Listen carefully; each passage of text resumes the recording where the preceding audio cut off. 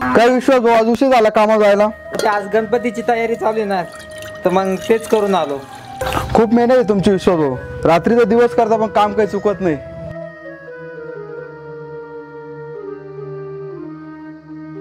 अरे बाळा, तुला माहिती आहे ना पप्पांना खूप काम असतं ना. असं पण आज तुझा बर्थडे, तर आपण मोठा केक आणणारच आहोत ना.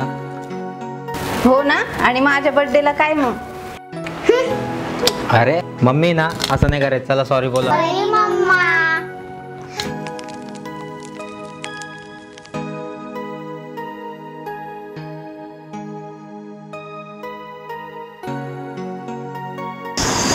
अरे गोपाळ, कुणाचा फोन होता एवढ्या रात्री? अगं आई, बहिणीला सांगू नको, भाऊचा ॲक्सिडेंट झाला आहे. आता तोच फोन आला होता. मी जातो आणि बघतो तिकडं काय झालं आहे ते. अरे देव, तरी मला सकाळपासून वाटतच होतं काहीतरी वाईट घडणार आहे म्हणून. खूप लागलं का रे त्याला? सांग ना मला. अगं मी काय म्हणते, जरा कामधंद्याचं बघ तू. म्हणजे हे विचार आहे ना तुझ्या डोक्यात बंद होईल. मला काही माहित नाही. तुमची बहीण इथंच आणून ठेवली आहे. आपल्या मुलांचं बघायचं का तिच्या मुलींचं बघायचं?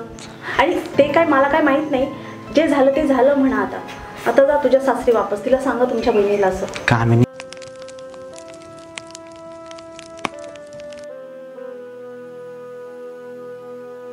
मी तुझी गरज पूर्ण करतो, तू माझी गरज पूर्ण कर. आणि तसंही कोणाला काही कळणार नाही. बस विचार कर. तुझं बघावं, तू तुझ्या पोरींचं बघावं. घरात कमावणारा तुझा दीर एकटाच आहे, माहित आहे ना तुला. तुला तर काहीतरी करावंच लागेल बाई. तुला पण गरज आहेच की माणसाची. माझा नवरा मेला म्हणून मी काही रस्त्यावर नाही पडलेली. सोडा सोडा, वाचवा, हायवाने सोड. तुला लाज वाटली पाहिजे. तिचा नवरा मेला म्हणून काय रस्त्यावर पडली का? हा, तुला घरी 8 बहिणी आहेत का नाही? हा,